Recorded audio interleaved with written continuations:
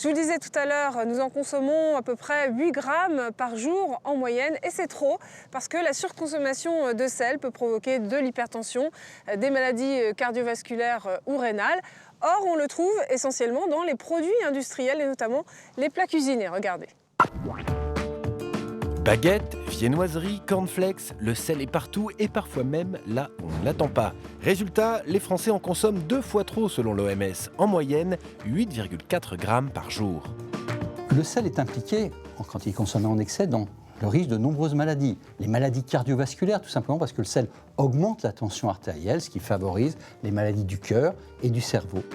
L'excès de sel tuerait chaque année 35 000 personnes en France. C'est pour cette raison que Jacques, suite à des problèmes cardiaques, a décidé de le bannir de son alimentation. Il suffit que je mange du sel pour me rendre compte que le soir, j'ai des problèmes de respiration et la nuit, ça peut poser des problèmes. Présent dans de nombreux aliments, le sel est très difficile à éviter. D'ailleurs, rares sont les restaurants qui acceptent de faire un plat sans sel. Du coup, Jacques a eu l'idée de répertorier les bons élèves sur son site internet. Dans la plupart des restaurants, les plats sont préparés d'avance. Quand ça n'est pas acheté directement en sachet, très peu de restaurants font à la demande. Aujourd'hui, ce restaurant parisien a accepté de nous ouvrir sa cuisine. Et voici le chef, Vincent Derès. Il va nous démontrer qu'il est possible de faire un plat savoureux en se passant totalement de sel. Là, nous avons toutes les herbes vraiment nécessaires à rehausser le plat sans sel. Du safran, curry madras. Nous avons l'huile d'olive. L'huile d'olive, c'est un magnifique support. Et après, nous avons la base, c'est-à-dire l'échalote, la ciboulette, la coriandre, la tomate. Et une herbe que j'aime bien travailler, c'est l'estragon, parce que c'est un petit goût d'anis, ça me parle bien, ça peut compenser, je pense, le sel. Au menu aujourd'hui, risotto, asperges, petits pois et loup grillé à l'huile d'olive. Le tout sans un grain de sel. Jacques et sa femme n'en croient pas leurs papilles. Voilà, il n'y a pas du tout de sel.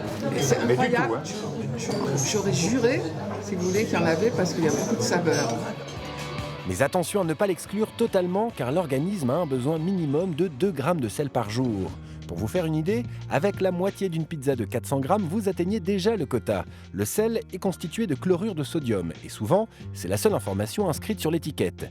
Multipliez donc la quantité de sodium par 2,5 pour avoir la teneur exacte en sel.